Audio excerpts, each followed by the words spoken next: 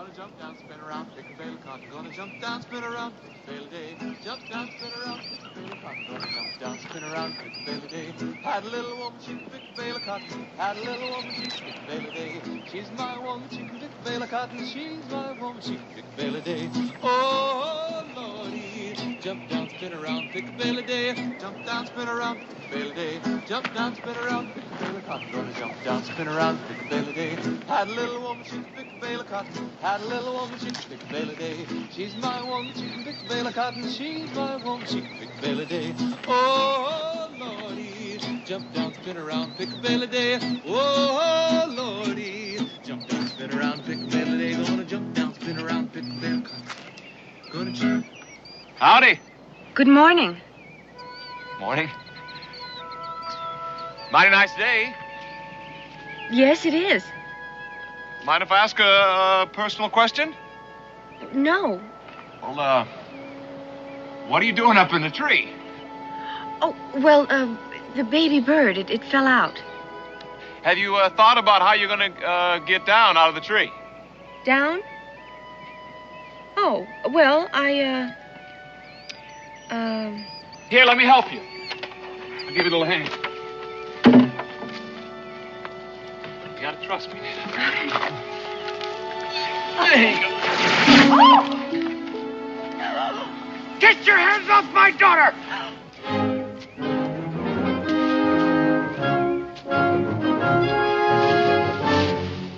But Quiet! I suggest you go about your business, young man.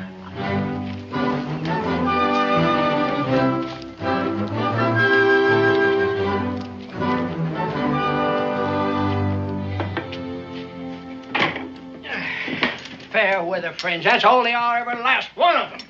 Well, Cincinnatus, it's plowing time, and you can't expect farmers to I come can't to town. expect a darn thing ever since they passed that blasted whiskey tax. Ever since I emptied that last keg of whiskey, there ain't been nobody in here but females. Ben, you don't suppose they'd repeal that there fool law, do you?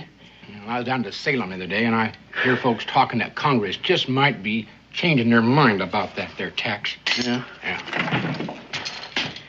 Howdy. Morning. I sure could use a drink. We got some apple cider, and that's all we got. That's all right. Nothing I like better than good apple cider. Let's see now. Is this, Boonesboro? It surely is. How about that? I'm only a mile away. I feel like Moses coming out of the wilderness. Listen, 1 mile away from here is going into the wilderness, not out of it. Where you bound? New Harmony Village. What? You folks new around here? This is my tavern. I'm Cincinnatus. Jim McGill. Mr. McGill. I'm Ben. I Ben? work around here, having that. See you. Thank you. Now, what were you saying? The new what? Oh, sure. It says right here, the new, Harmony Village.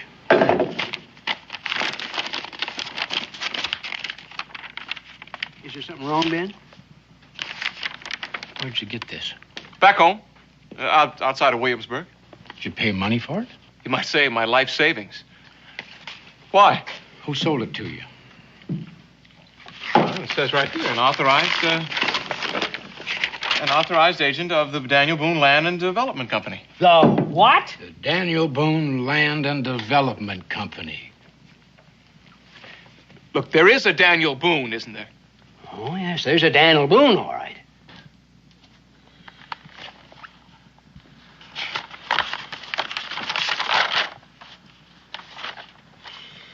It's a complete swindle.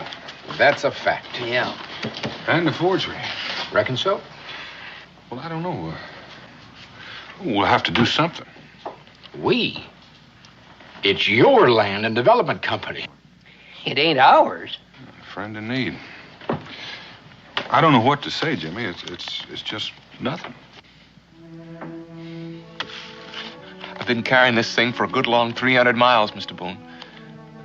Been keeping it dry in all kinds of weather. And every time I camp, I read the print clear off the page. You might even say I know it by heart. But look, that's your name, right? Cincinnatus, you got a quill around here someplace. Right over here, Daniel. Jimmy, this is my signature.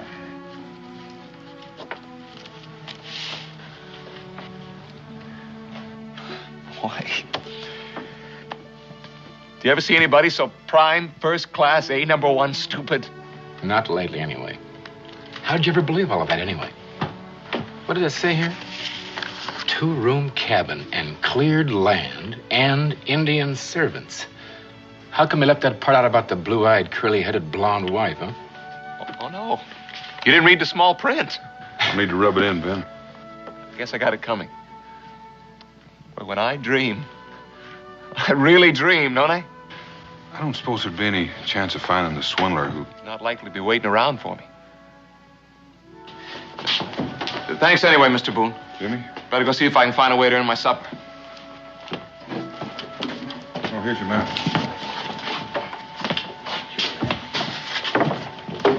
Yeah, that is a strange one, Daniel. Yeah.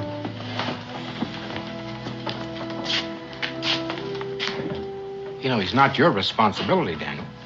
Oh, I know it, Ben. He took it like a man, didn't he? Yeah, he did. Well, put yourself in his place. I sure wouldn't mind. What is Rebecca cooking up for supper, anyway? Always thinking about your stuff. Yeah.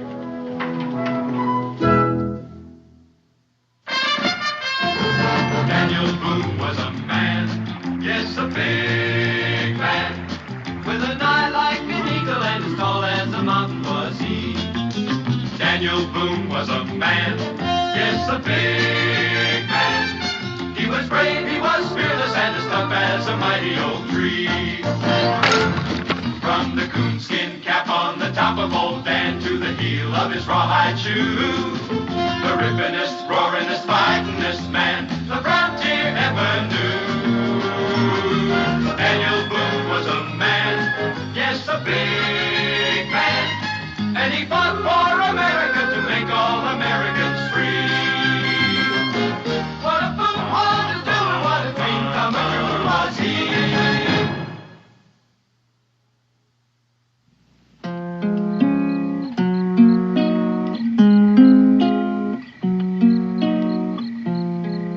Sylvie said she loved me. Now I know she lied. She hasn't been to see me since the last day of July. Bring me a little water soon. Oh, bring me little water now. She hasn't been to see me since the last day of July. Supper will be ready in a minute. Sure wish I could play one of those. Maybe you can. All he needs is a head for music.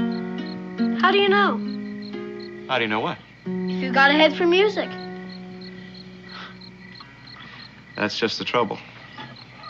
Sometimes you don't know whether you can do something till you fall on your face a couple of times. Becky, you know that nice piece of land we have over on Bluebird Ridge?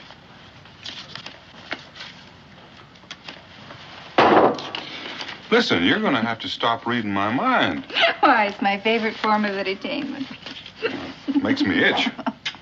Well, you can take a nice bath in the creek on your way over there in the morning.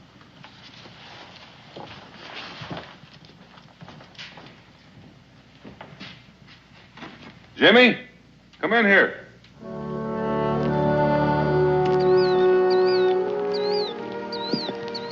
It's good soil, Mr. Boone. A man couldn't ask for any better. And all this. Well, this is about the prettiest place I've ever seen. But I've got no money to pay you for it. The Daniel Boone Land and Development Company. Well, you don't have to pay me right now. You can pay me a little at a time, whenever you get ahead. I'm pretty sure Cincinnatus would give you credit for seeds and supplies. sure is tempting. Tell you what. Let's go see Cincinnatus right now.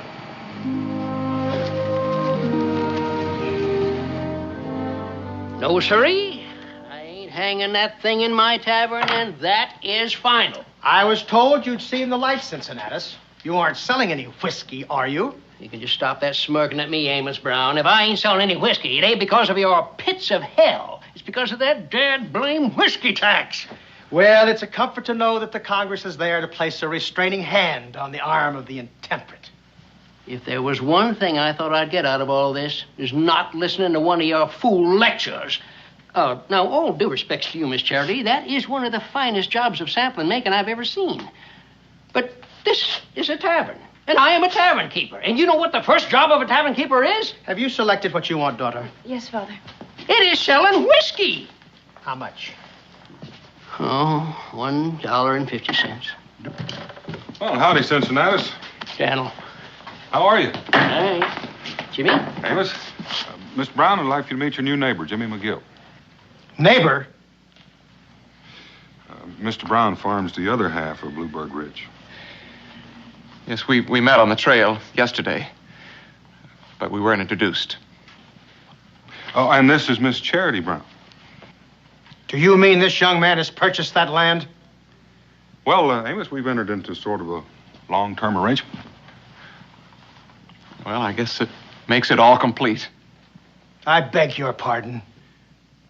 Why, just that I found out the prettiest girl I ever saw lives on Bluebird Ridge. Do you have a family, Mr. McGill? A wife?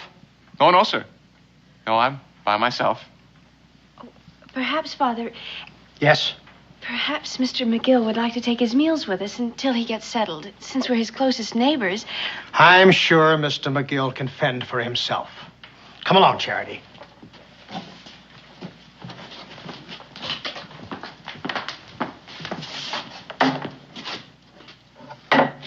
But on the other hand, you might like to join us for Sunday services. I sure would like that, sir. Good. Mr. Samuel Stone will be with us. Charity is betrothed.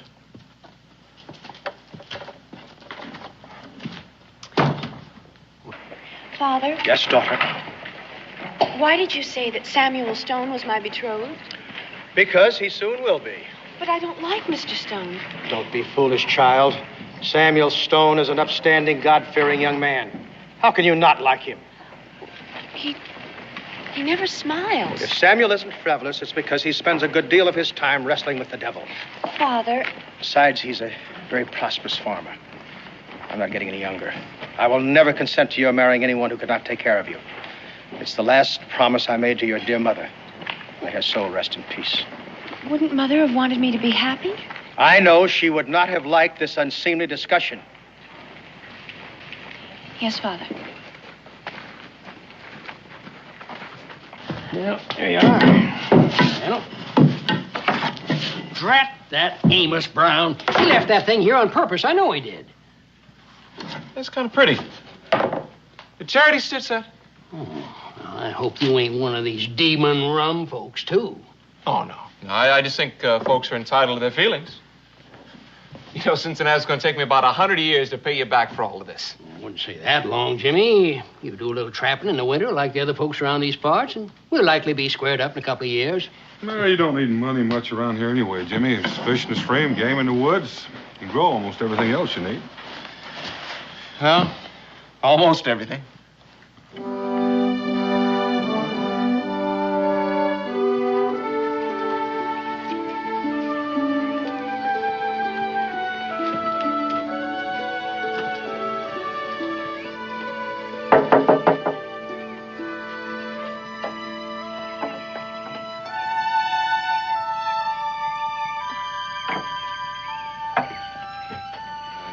You forgot this. I thought I'd just drop it by. Oh, thank you very much.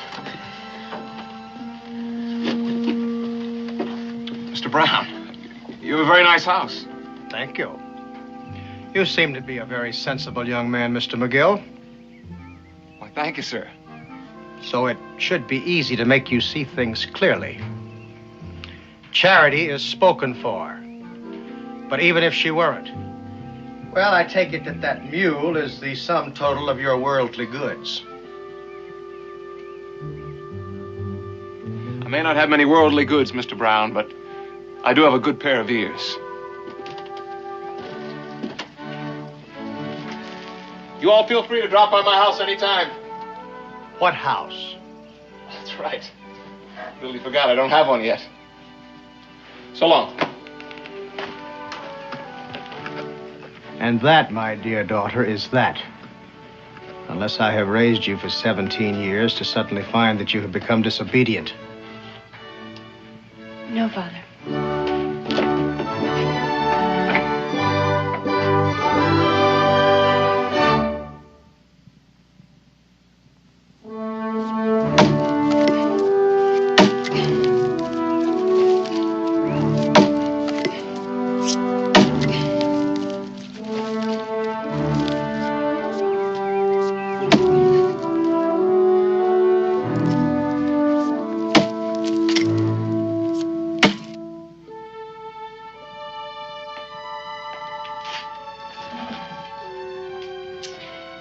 You don't suppose Mrs. Samuel Stone will be allowed to have a looking glass either, do you?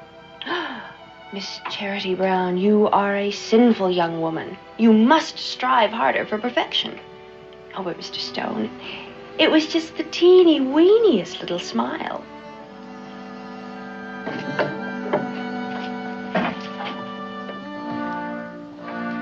I hope I shall prove worthy of your confidence, Mr. Brown. As you know, I'm always striving for perfection. I'm aware of that, Samuel.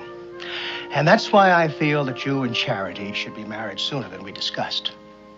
Well, I trust that she hasn't strayed from the path in some way, sir. She is my daughter. But she is a female, and as such, a frail vessel at best. Well, this sudden haste wouldn't have anything to do with the young man who just purchased the other half of your hollow from Daniel Boone, would it? Who can tell what disguise the devil may assume next, Samuel? Now, suppose we work out the details, and then we'll have my daughter join us.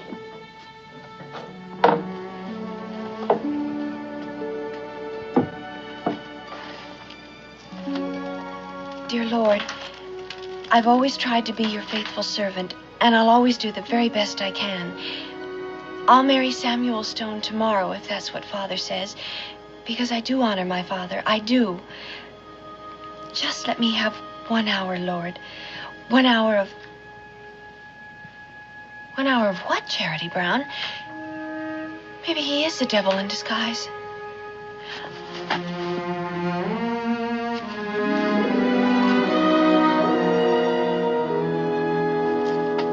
The dowry, of course, will remain the same. I was hoping we could discuss the matter of Mrs. Brown's, may her soul rest in peace, silver. And what did you have in mind? Well, naturally enough, I assumed that since Charity is your only child, that you wanted to bring the silver into her own home, to pass on to her own offspring.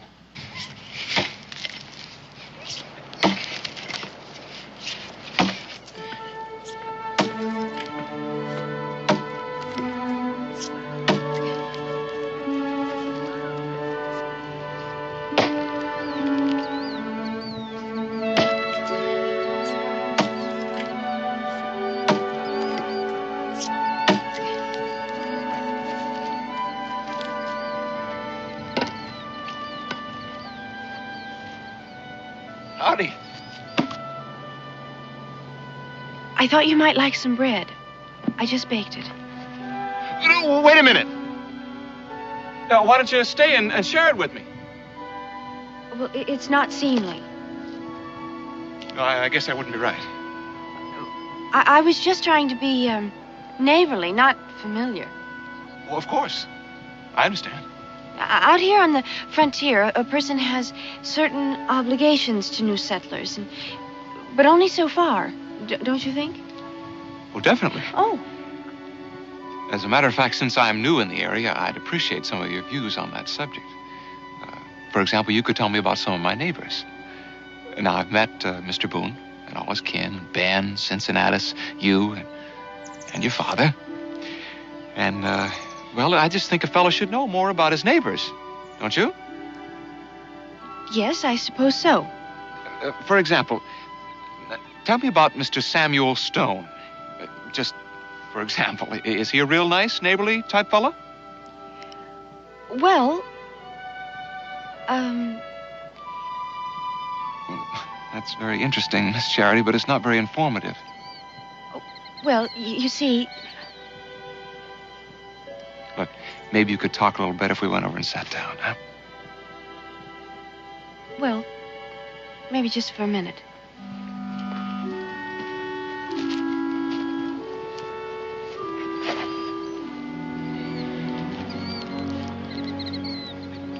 Do you have to do that? To do what? Smile. What's wrong with smiling? That's what the devil does. Everybody says so. What, he smiles? Come on, that's the silliest thing I ever heard. Well, how do you know? Because it just is. Smiling is a perfectly natural thing. It's like grass growing. Why don't you try it? Oh, Father would be ever so annoyed. Oh, come on, just one little smile. I'll thank you to remember I'm only staying here to help you get settled, Mr. McGill. I'll have nothing to do with any frivolity. No more smiling. Well, what were you saying? No, you were telling me about all my neighbors. Oh, yes, Mr. Samuel Stone. Well, Father just dotes on him. You mean on his money? I am leaving right now. No, don't do that. I didn't mean what I said. I just got a little riled up when your father said, when he talked about the sum total of my worldly goods. Well, he's just looking after my welfare. I know, but what about you? I don't understand. Well, your welfare is one thing, but you're another. I still don't understand. Look, if I had a canary bird and I was concerned about his welfare, I probably would put him in a cage, and then I'd be sure that he'd be fed and watered and everything. Now, but if I really cared about that canary bird himself, well, that's another matter altogether. Well, then what would you do? Well, if you were a canary bird, what would you want to do? Sing and fly around? Right. Now you got it. But I'm not a canary bird. Maybe not, but you got some awful pretty feathers. Why don't you take that off? Goodness. See, I told you you could smile. Oh. Please? What if I ran up behind you and just grabbed it off? I'd cross my heart and you'd just disappear in a puff of smoke. You give me back my bonnet this instant, you devil, you. Well, if you really thought I was the devil, you'd be a little more scared. I am so scared that... Oh, no, you're not. What?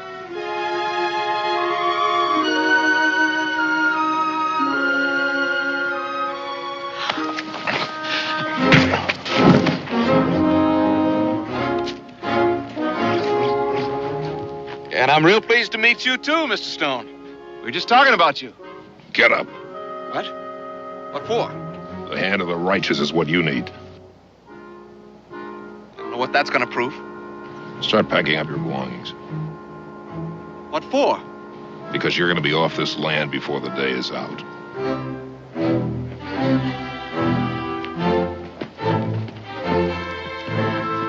I don't know how you're going to manage that, Mr. Stone. I like it here.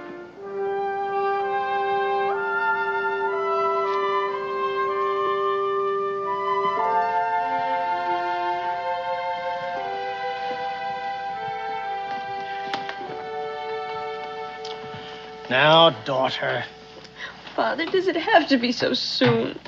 3 months isn't too soon, my dear. Have I ever done anything that wasn't in your best interests?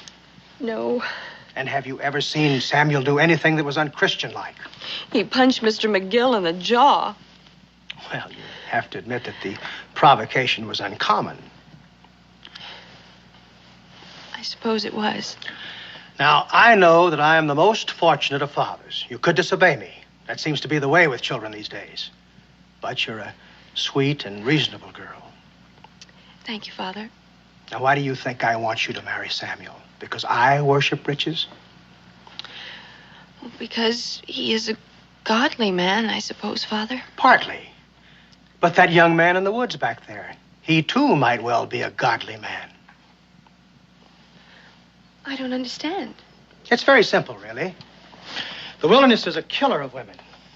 Hard work, childbearing.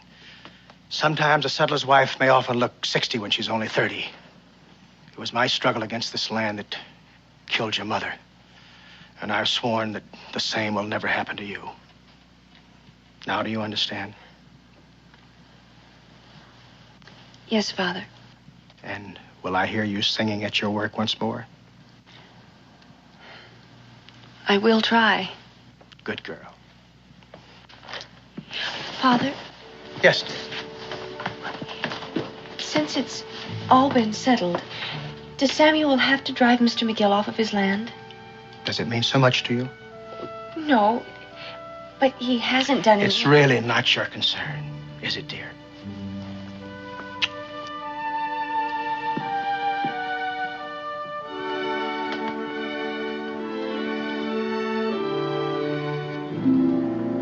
Samuel, I'm afraid I've already sold that land. You mean papers have already been signed?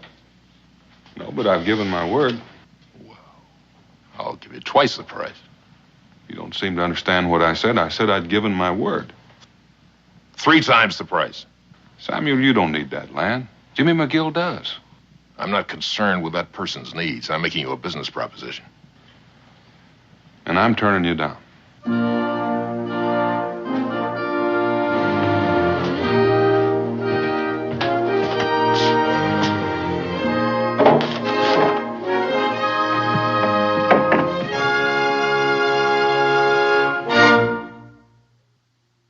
I'm going away for to stay a little while, but I'm coming back if I go 10,000 miles.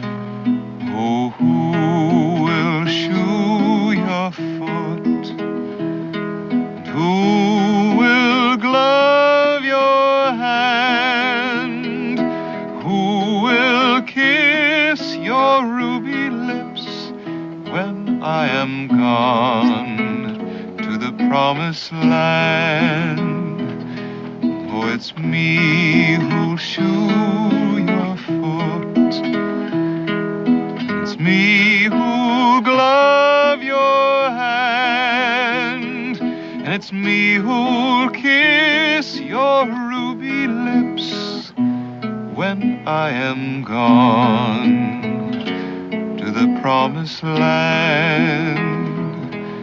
I'm going away for to stay a little while, but I'm coming back if I go 10,000 miles.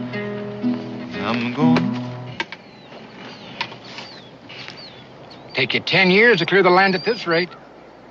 I know it. Say, just what did you do to Samuel Stone anyway? I kissed Charity Brown on the cheek. Why? Well, he tried to buy your note last night from Daniel. Offered him 2-3 times the price for it. He didn't sell it to him. No, Daniel wouldn't do a thing like that. Doesn't matter anyway, I guess. Hey, would you mind standing up? I want to kick you in the pants. What for? Because I feel like it. That's what's for. Yeah, I guess I deserve that, don't I? You're darn right. Listen, there ain't nothing standing between you and Miss Charity Brown that you can't earn in 10 or 20 years of back-breaking labor. I better get to work then. Hey, you got another axe? Sure do. Give your hand.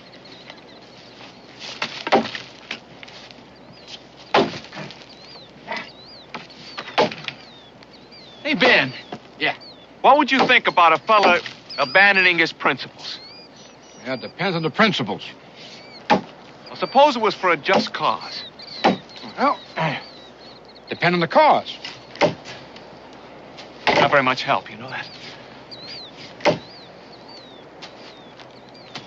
What are you thinking now? I'm about to break a solemn vow.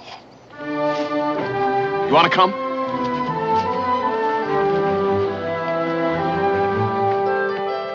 No, sir. I can't let you do it. It just ain't legal. Cincinnatus, whatever do you mean? What have I asked for that was illegal? Look, some sugar, some yeast, and some kettles. Why, it sounds downright wholesome to me. Do you think I was born yesterday? Sometimes it pays for a fellow to pretend like he was. Why don't you just come out and tell me what you mean? Since you were just born yesterday, you wouldn't understand anything I was saying anyway, now would you? Cincinnatus, it sure is lonely around here.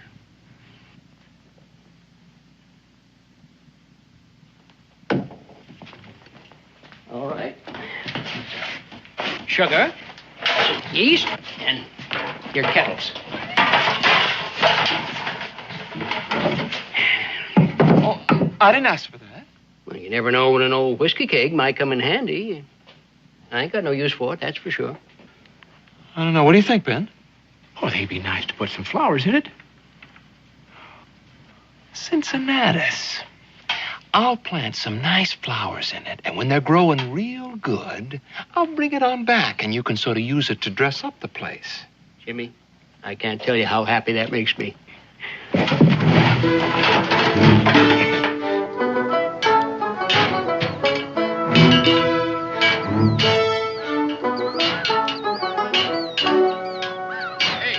you sure you know what you're doing? Of course I do. Well, then maybe I'll give you a hand. No, Ben, I don't know whether you even ought to be here.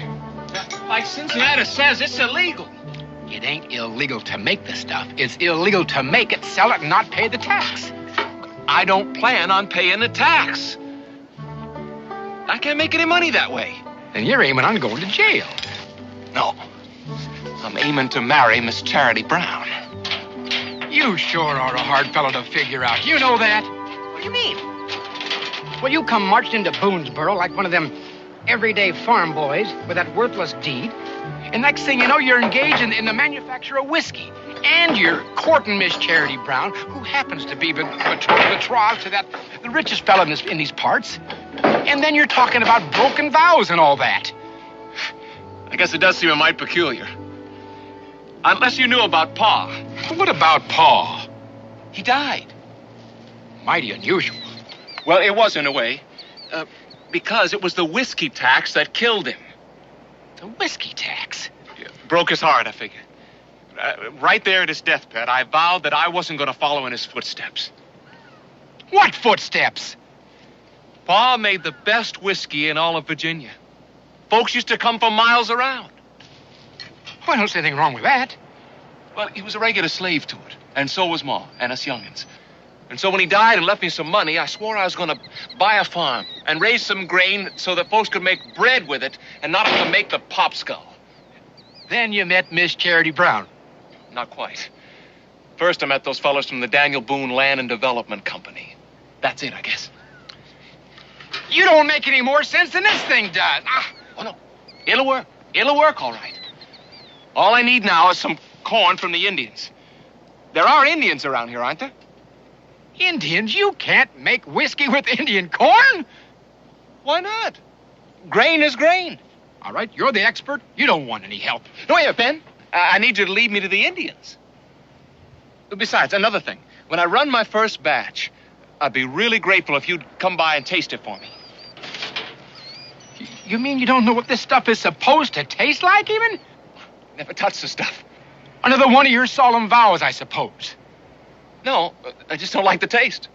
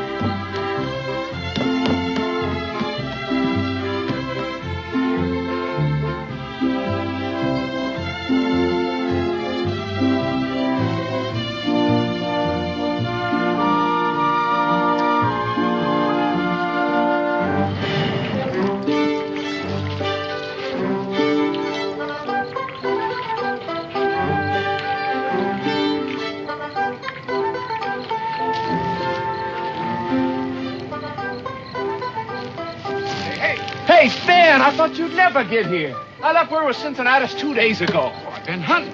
What's wrong? You look awful. Here, take a cup. Smells like whiskey. Of course it smells like whiskey. Taste it. I ain't sure that's a real sensible thing to do, Jim. Look, Ben, Charity Brown is going to marry Samuel Stone next Sunday. Jimmy, even if you had liquid sunshine in here, you ain't gonna make enough money off of it to stop that wedding by Sunday. Will you just taste it?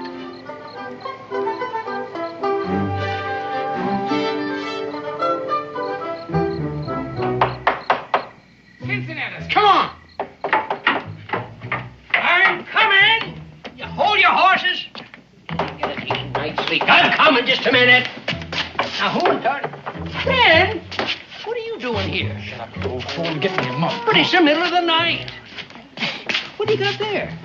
I got you a barrel of flowers. A barrel of flowers? Yeah. Shut up and drink that now.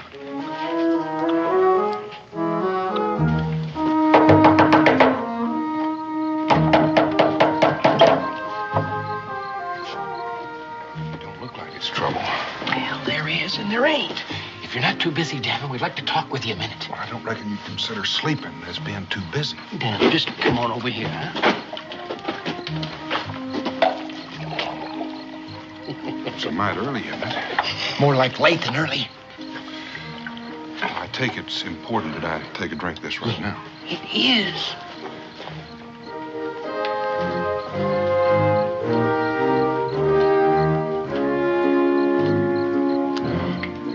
Where'd you get it? Unbelievable, ain't it? You'll never guess what it's made out of. All right. What is it made out of? Indian corn. Indian corn? I suppose that's possible, but where? Jimmy McGill. Brought it from Virginia. No, he made it right up there on Bluebird Ridge. Himself. And here I thought he was a farmer. Well, he is, but he's got this problem. Ben, you tell him. Jimmy didn't even taste it. That's right. He hates the stuff. He made it for Miss Charity Brown. Charity Brown.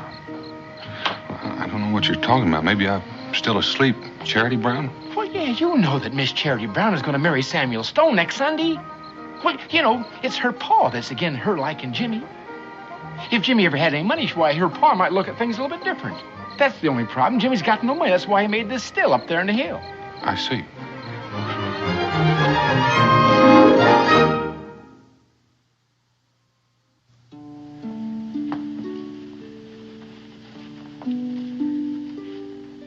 You like it so much you marry Samuel Stone. Oh, I know. What other man would send all the way to Boston for regular Paris, France silk for his girl's wedding dress?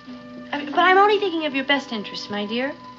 You'll have nothing to do but fancy stitching, and you'll spend your evenings watching Samuel strive for perfection. What do you say? I say if he has so much fun with the devil, what would he want with a wife? Look, why don't we take this wedding dress and give it to some poor, deserving orphan? Go away. No.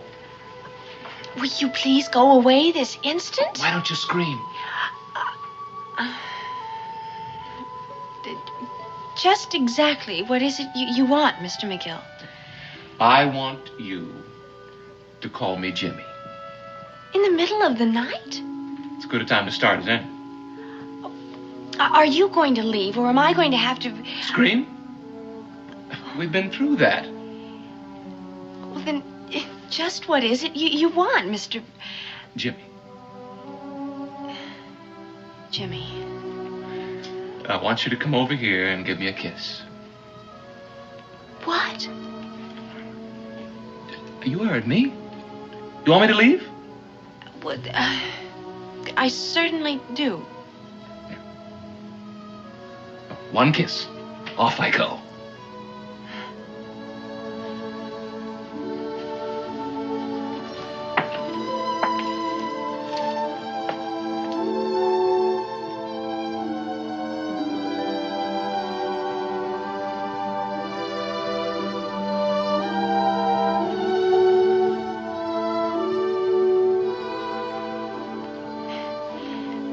Do you have any special reason for tormenting me? I only came to tell you that you're not going to marry Samuel Stone on Sunday. What do you mean? Because you're going to marry me. But... Don't worry. By Sunday, I'll be rich. Wait, how are you going to... Shh. Look, do you want to wake your father?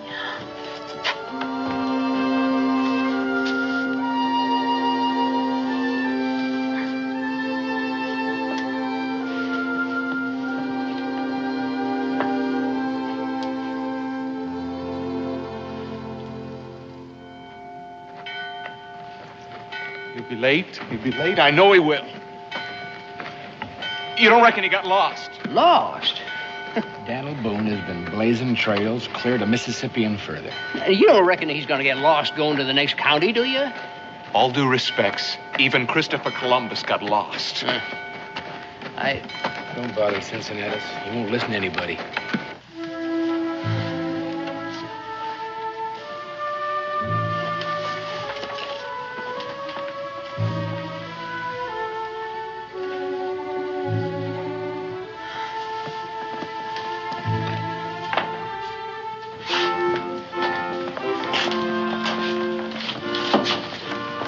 I can't wait much longer, Mr. Stone. I'm sure they'll be along directly.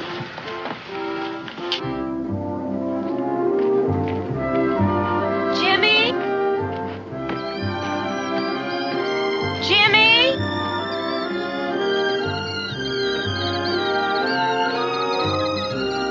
Jimmy?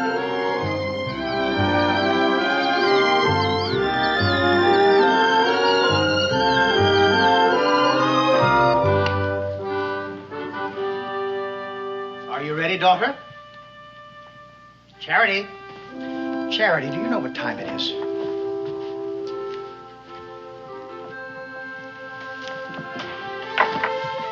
In heaven's name, where have you been? I was just looking around for the last time, Father. But you'll be here often, my dear. Yes, but it won't be the same, will it? Oh, come, child. You don't want to be late to your own wedding, do you? No, Father. Now, come, let's go.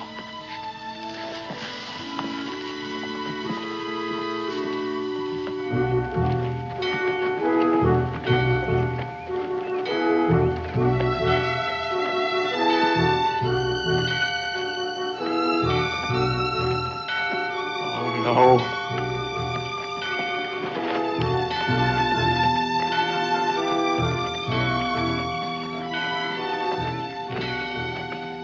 Charity, You will please let us pass, Mr. McGill.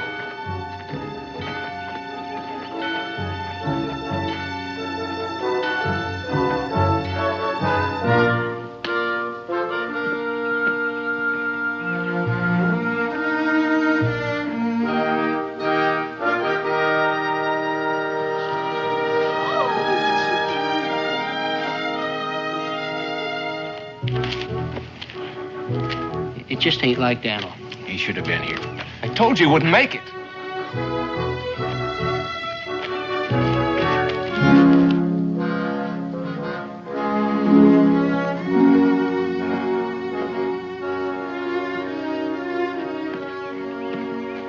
Do you, Samuel, take this woman, Charity, to be your lawful wedded wife, to love, honor, and obey, in sickness or health, till death do you part? I do. And do you, Charity, take this man Samuel for your lawful wedded husband, to love, honor, and obey, in sickness or in health, until death do you part? I do. If there be any man here who knows any reason why these two should not be joined together in holy matrimony, let him speak now, or forever hold his peace. Excuse me, Reverend, for breaking in this way, but well, I think I have something to add to this occasion. Who's that man with Daniel? I don't know. You know a reason why these two should not be joined together in holy matrimony? Well, we've come to offer Miss Charity a choice before it's too late. I'll thank you, Daniel, to state your business at some other time. Well, I'm afraid some other time won't do, Samuel. This is Thaddeus King, Reverend. He's the man with the choice. Well? I have come to ask for Miss Brown's hand on behalf of a young fellow who has recently come into a considerable fortune. I fail to see why another man's fortune is good cause for discontinuing this wedding. I am Miss Brown's father, Mr. King. Perhaps you should explain yourself to me. I'd be delighted, sir. The young fellow in question has yearned for your daughter from afar, sir. And as I understand it, she has not found him lacking in qualities. But little more than a pauper when he first cast adoring eyes upon her, he set himself the task of making a fortune in order that he might aspire for her hand. And he did it. Yes, indeed, he certainly did. American ingenuity, together with the pangs of love. It's a combination you can't keep down, sir. You have evidence of this fortune, Mr. King? Yes, sir. Well, it's difficult for me to believe that such an amount can come to such a young man in such a short length of time through honest activity. Precisely how did he come about this money? Well, it is complicated, sir. But simply put, he has invented a new use for Indian corn. And as a grateful manufacturer, this is the least I could give him in return for the recipe, for the patent. Well, I don't know. Father, isn't it better to be rich and happy than rich and miserable? What'd you say, Jim? A short prayer.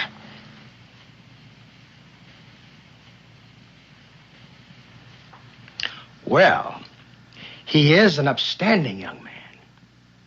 And he is God-fearing. You have my blessings, my dear.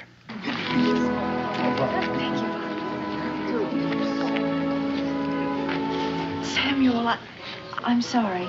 Truly, I am.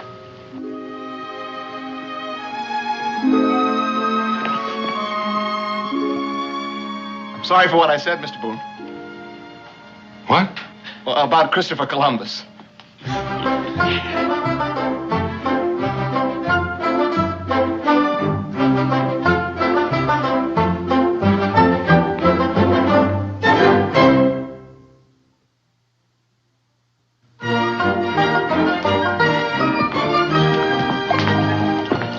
Daniel, you had us worried there for a while. Well, it turned out all right, didn't it, Ben? Yeah, it did. You know Thaddeus King. No, but I'd like to. Howdy. Nothing I like better than a happy ending. Well, I'd be a lot happier if they just get rid of this dad-blame whiskey tax. Well, that's it. They just did. Oh, I tell you, they took the heart out of me when they passed that ridiculous tax. But yesterday I get word that it's been repealed, and Daniel here comes along with a jug of the best tasting whiskey in the whole world.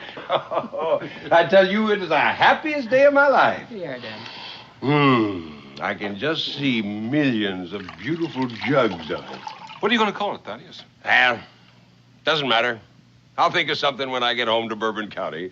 To the bride and groom. To the bride. Hey.